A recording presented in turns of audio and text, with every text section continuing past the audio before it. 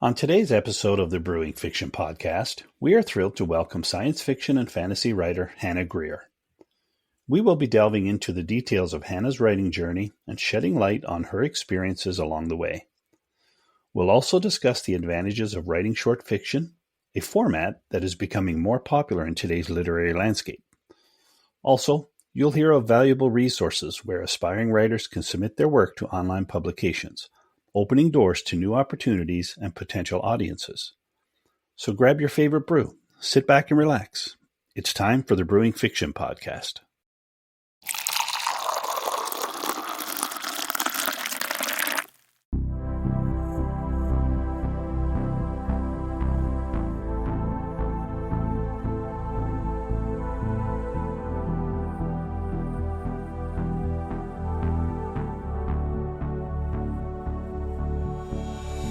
And welcome back to the podcast, everyone. Especially you, Heather, back from a very busy couple of weeks celebrating high school grad. Great to have you back. Thanks. Good to be back. Awesome. I'm also very excited to introduce today's guest, science fiction and fantasy writer Hannah Greer. Hey, Hannah. Hi. Thanks for having me. Hey, Hi, it's Hannah. Our pleasure. So before we go any further, I understand that you both have worked together before, right? Heather, why don't you start us off with how you know Hannah, and then we'll let Hannah step into Author's Corner, where she can tell our listeners a little more about herself. So for our listeners that don't know me, I'm the COO and editor-in-chief of Fiction Ain't Me Publishing. And I guess a couple of years ago, we did our second contest. We did like a science fantasy contest, and we got 25 amazing authors to publish out of a pool of almost 100 submissions. And Hannah was our second place winner. Hey. And believe me when I say we agonized over who was going to be first and second between Hannah and our first place winner, Tracy. Those two stories are just incredible. So we have worked together. I've worked as her editor, and now we work together actually as editors in the Fiction Writer's Den on Medium. Look at you two. Hannah's publishing at Medium on Medium a lot too. So we've sort of joined up over there as well.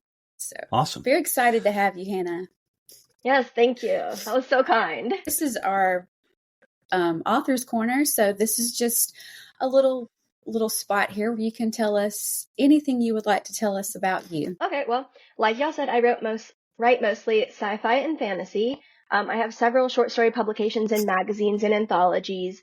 I volunteer as a first reader for a speculative magazine. And like you said, I recently became an editor for the Fiction Writer's Den on Medium. Aside from writing, I do combat sports. I've competed in BJJ, combat jiu-jitsu, judo, kickboxing, sport, and combat sambo. Wow. That is so awesome. Yeah, it's really fun. I really enjoy it. It's a nice hobby aside from writing, because writing takes up so much creative energy. It's nice to do something a little more physical. Nice. Yeah. And then I have 3 cats and a small flock of pigeons, which you may hear the cats in the background occasionally. Oh, cool. So you have pigeons. Yeah. So how many pigeons? Like you said, a small flock. How many? Yes, so I have 3 right now. Oh, I love birds. How does that work? Pigeons, are they kept outside? Obviously, yeah. Yeah, so when I first got them, I actually rescued one when he was about 2 weeks old. He was getting bullied by other pigeons in his flock. So I took him home and hand-raised him. So they were inside for a couple months, but then I developed a hypersensitivity to them. So they had to move outside, and now they live in like a loft. It's about a room-sized little building for them to live in. Okay, so next is our Fast Five. Keith, I did not prepare her for this section, so it's awesome.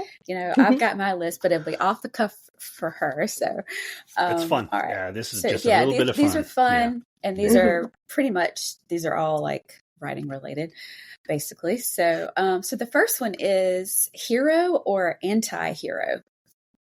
Anti-hero. Yes, me too. What about you, Keith? I think I have to go hero. Hero, yeah. I love they're both so good. Okay, so when you read, do you prefer a standalone novel or a series? Ooh, that's definitely mood based. Recently, though, I'll say standalone. Yeah. Yes. And I'm a mood reader too, for sure. Yes. Yeah. So writing sprints or marathon writing sessions? Probably marathon writing sessions. Yeah. Do you ever do Yeah. the writing sprints like using the bots on Discord or anything like Yes, that? I do those more when I'm working on novels, Mhm. because they're good for just like getting the words down and then coming back later. But when Right. it's short stories, sometimes I take a bit longer for getting it down. Yeah, that makes Okay. sense. I used to do a lot of writing sprints when I was doing my serial for Mithril, and I had those weekly deadlines. So I had to Oh, really yeah. stay ahead of those deadlines. So Yeah. those writing sprints really help. But now I'm more of a marathon person, just normally. hmm Are you plot driven or character driven as a writer? I would say character driven. Like, I like plot, but characters are what make the story for me. Yeah, and I can I tell agree. in your writing too, and I agree with that Yeah. wholeheartedly, 100%. And then the last one, do you like music when you write or silence Silence. I do not write with music, like, at all. I'm at all, impressed by like people ever? who can. I was Yeah. just going And to say, are you unable to, or you just choose not to? Yeah, no, I can't focus enough to do it when there's music. I'll get distracted and stuff, so Is that yeah, right? yeah. Yeah. I'm kind of Okay. surprised that I can write with music. So for me, it helps to set that mood. hmm I'll put on a record, just that 10 minutes, 15 minutes is all one side takes to play, just to get set up. But then it's silence for me. Yeah, I like that too. When I'm editing, though, it needs to be quiet. Oh, Is that yeah. right? That's a whole different feeling. So you can write, Yeah. okay, Mhm. editing is just I that can much write different. with music, but editing just has to be. I might be able Interesting. to do some like instrumental music in the background. Because it feels like two different parts of your brain, writing versus editing. So, It really does. It really does. So writing, I can just kind of let go and just kind of let all those ideas flow and let the music kind of inspire that. But editing, it's like you really have to focus. I feel like really laser focus on that. yeah, definitely. Music can be very distracting. Mm-hmm. Would it depend on the genre of music for you, Yeah, Heather, and specifically? yeah, genre, like, and the genre needs to fit the music that I pick, and like we talked about earlier about mood reading. I'm a mood writer, so certain scenes you want the music to be very dark and have a sort of foreboding sense to it, or you might want it to be more whimsical and lighthearted, Nice. Sorry to go off track here, but is there a site where you can get mood music for your writing?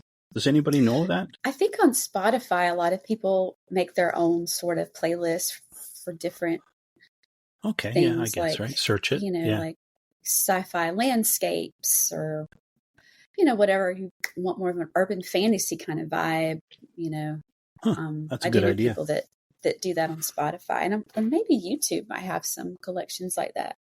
Yeah, I use YouTube Music, so I'll have to search it up. I never even thought of searching for a theme type of thing, right? I just search artists and genres, but yeah. Yeah, you Cool. could search for like a themed writing thing. All right, Alrighty. so let's get to our interview, Hannah. Sounds good. And we have our questions, but we do, as you can see, kind of go with the flow of the conversation, and then Yeah. Keith can work his editing in post-production and like cut out things if it gets too off track or whatever. But Not that that's yeah. ever happened. Never. yeah, never, not I us. bet. There's always so many wonderfully interesting things to talk about with everybody. Right. So Hannah, how long have you been writing? So I've been writing a very long time, but not very seriously. Like when I was maybe 8 years old, I started handwriting my very first story. And it was just a silly thing about two dogs falling in love and having a bunch of puppies, and they go on little adventures and stuff. Yeah. And so I worked hard on that too. I would bring it everywhere with me, like to the zoo, everywhere. But as with a lot of writing projects, it's still currently unfinished and will probably remain that way forever. That's hilarious. Yeah. That sounds like me and probably every other writer out there. I was going to say maybe just about everybody. Yeah. That's awesome. Yeah. So writing has always been a passion for you. it Yes, sounds like. definitely. But it definitely became more serious in about 2021. I got more serious about it. That's when I wrote my first novel. Because I'd been planning a novel all throughout high school, but I Hmm. was stuck in the planning phase with that. Hmm. And eventually I just had to realize that I had to let that story go, let it sit, and work on something else that I wasn't so emotionally invested in. And that's Right. how I actually was able to write a novel. Oh, Um, that's great. So yeah. you went to other projects and then it just marinated for a while and then you were able to finish? No, that one is actually the one I planned all throughout high school is probably never going to be written. Oh, okay. I Okay. switched to an entirely different.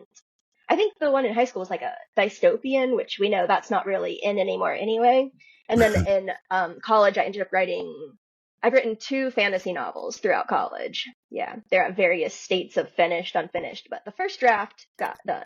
So Awesome. And that's Nice. such a huge step too, to get that first yes, draft done. definitely. It's Yeah. major. So Mhm. congratulations on having two. That's Thank awesome. you. And we'll definitely get back to those novels and your works in progress in just a little bit, because we definitely want to hear about those for sure. So when you finally did decide to get more serious about writing, what made you like actually get serious and say, I'm going to write, I'm going to publish what I write? Has that been more recent as well?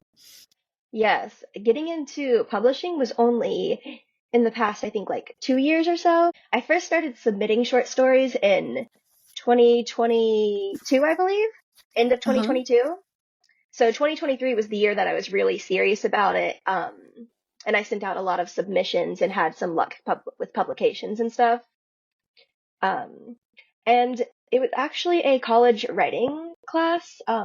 It was a fiction workshop that got me to be more serious about short fiction. Because before that, like I said, I was getting more into novels and stuff. Hmm. But when I did those classes, I really enjoyed the short fiction and I really enjoyed the community and critique process with those.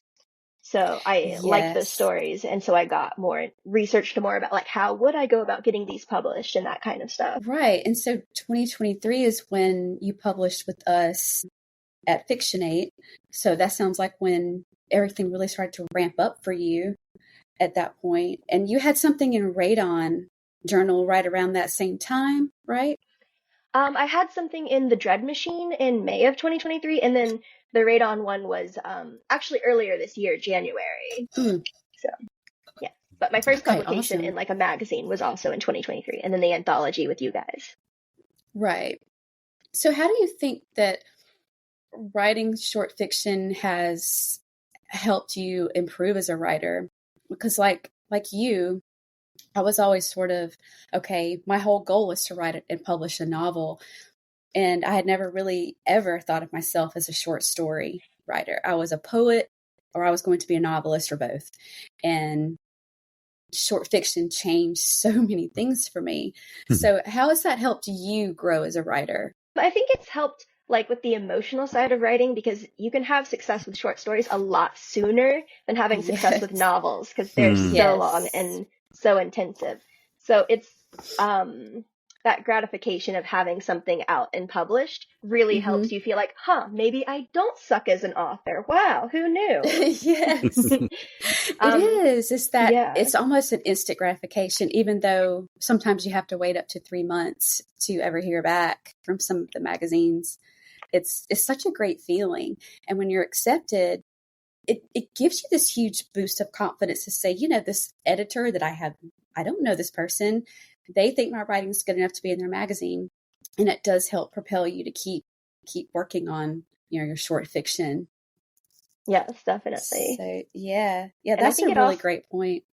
And it also helps on like the technical side with figuring out like what kinds of themes I'm interested in exploring and what I would Hmm. want to like explore over months and months with a novel. And Right. like, yeah, figuring out character focused versus plot focused and all those little things that go into a novel. Right. Exactly. So, like, have you ever like had a novel idea where you're like, oh my God, this would be so amazing. And then you kind of hashed it out as a short story and then realize there's no way you would ever be able to write a whole novel on this idea. I've kind of had the opposite where I've written short stories and then realized, this could be fun to expand into a novel. Because most of my ideas, I feel like, do start as short story ideas. Right. And then it's just like, wow, there's a lot of room in this world and in these characters to expand. Exactly. And I find that as well. And even a 100-word travel, you can write that and just know, okay, at some point, this will become a much bigger story. You just feel it. You just know. I would think that would probably be more natural to grow from a short story idea versus the other way where you dive into novel and then you don't have enough material, so you'll just say, okay, it'll be okay as a short story. It would be more natural the other way, I think, right? It would expand. Yeah. Yeah. I think for some people, yeah.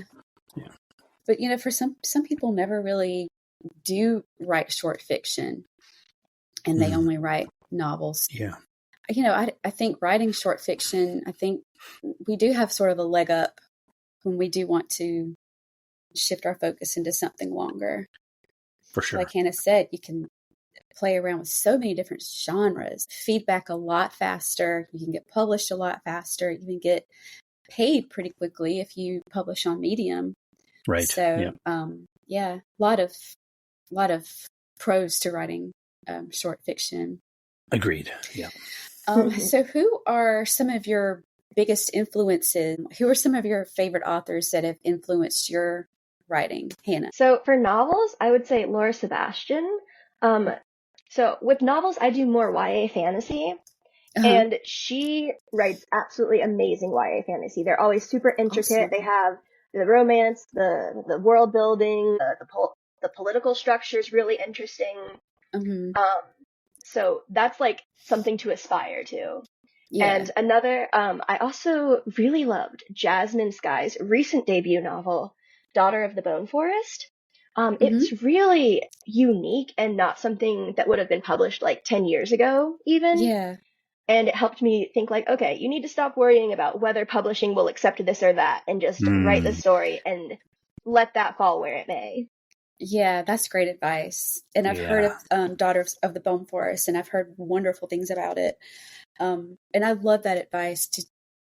I think I feel like I see as an editor a lot of writers who want to write for the market instead of writing what is calling to them from their soul, and I always say, don't worry about, is this marketable or can I ever get it published? There is always a home for a story somewhere. I say, write it. If it's weird and strange, do it. Because you never know. You could be that person who blazes trails for a whole new genre or style of writing or something. Yeah. And trends are always changing. So if it's not in now, it may be in 5 years or something by the time you're finished with the novel. For sure. Right. Exactly. I mean, like you said, now dystopia is kind of, because we're everybody's so tired of that hopelessness. So now we're gearing more towards solar punk and eco punk, where you have this sort of, hope about the future, and that's really cool to see that shift. So you've been published in quite a few magazines and our Fictionate anthology. So as someone who's been published, you've been out there, you've been around the block. What is some advice you have for somebody who's writing and they're ready to submit, but they just don't feel confident enough to do it yet? What would be your advice to them to just go out there and do it? So I have a few thoughts about this. So what you kind of have to get used to with especially short stories and stuff is that rejection is going to be normal and it's not personal. Not every editor is going to love your story, but sometimes it's just not the right fit for the magazine and the editor may have really loved it.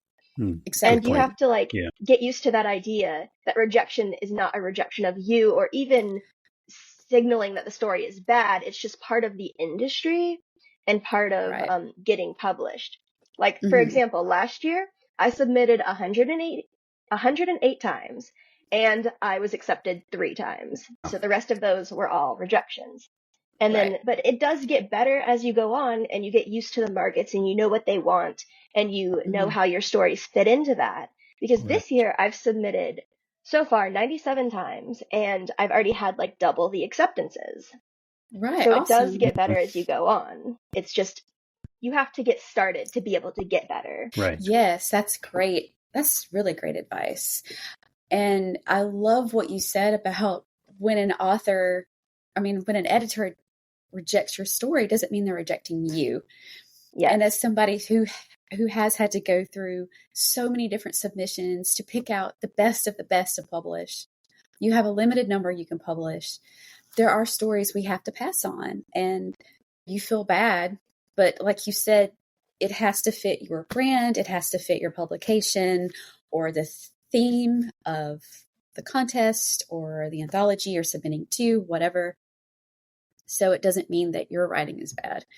And I love to read all of those rejection stories of all the famous authors who were rejected. Frank Herbert was rejected how many times? And I think on editor number 30, he finally got it published or something. And, it's crazy. You just have to keep at it. You can't stop. Yeah, exactly. You have to make that first step, like you said. So for our listeners out there who are at that point, Hannah and Heather, either of you sound like you have a lot of knowledge on it. Where does a person start looking for publications and magazines and those kinds of things? I actually recommend using the Submission Grinder. It's a website that keeps track of like a ton, practically all of the magazines and anthologies and stuff that are open to submissions, and you can use it. Takes a little getting used to the search engine and everything, but once you get used to it, you can find open markets for pretty much any kind of story you have. Awesome. Great. Thanks for that. Yes. And that's really good. And I found a lot just personally as a writer on Instagram. Oh, yeah. Once I started following a couple of publications, then they just start really showing up in my feed. And that is also a good way to find newer publications who are very open to new writers. So new writers out there who are looking for publications where you don't necessarily have to have a lot of street cred, so to speak, that are very open to new writers. Instagram or social media in general, because usually they're on Facebook as well, Twitter. Find these newer publications and submit to those, and you can build lasting relationships with some of these newer magazines. So that is in Submission Grinder. We'll need to put that link on the website, We will too. Indeed. Yeah, I made note of Yeah. that for sure. Yeah, Great. Thank awesome. you. So we know that you like to write science fiction and fantasy.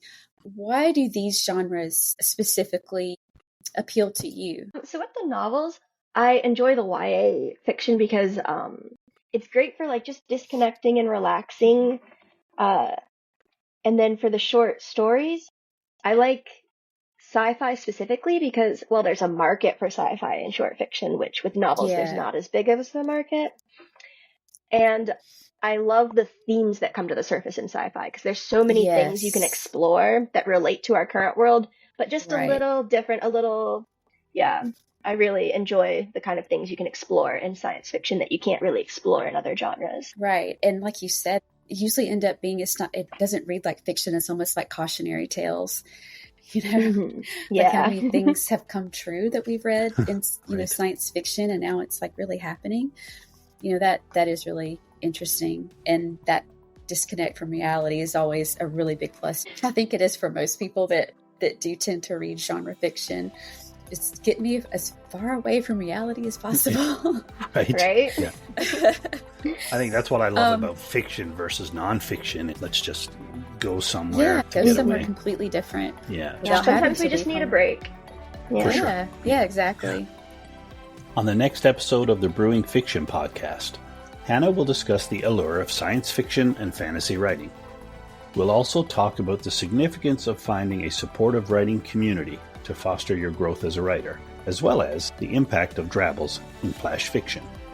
You'll get a chance to hear an excerpt from Hannah's story, The Way the Stars Glow, which appears in the short fiction collection titled Unmoored, Worlds of Pure Chaos, from Fictionate Me Publishing. Tune in for this and much more in Episode 2 with Hannah Greer. Stop by the podcast homepage for links to today's guest and to see what else is brewing on the Brewing Fiction podcast. You can find the links in the description. And don't forget to click the subscribe button to be notified whenever a new episode is released.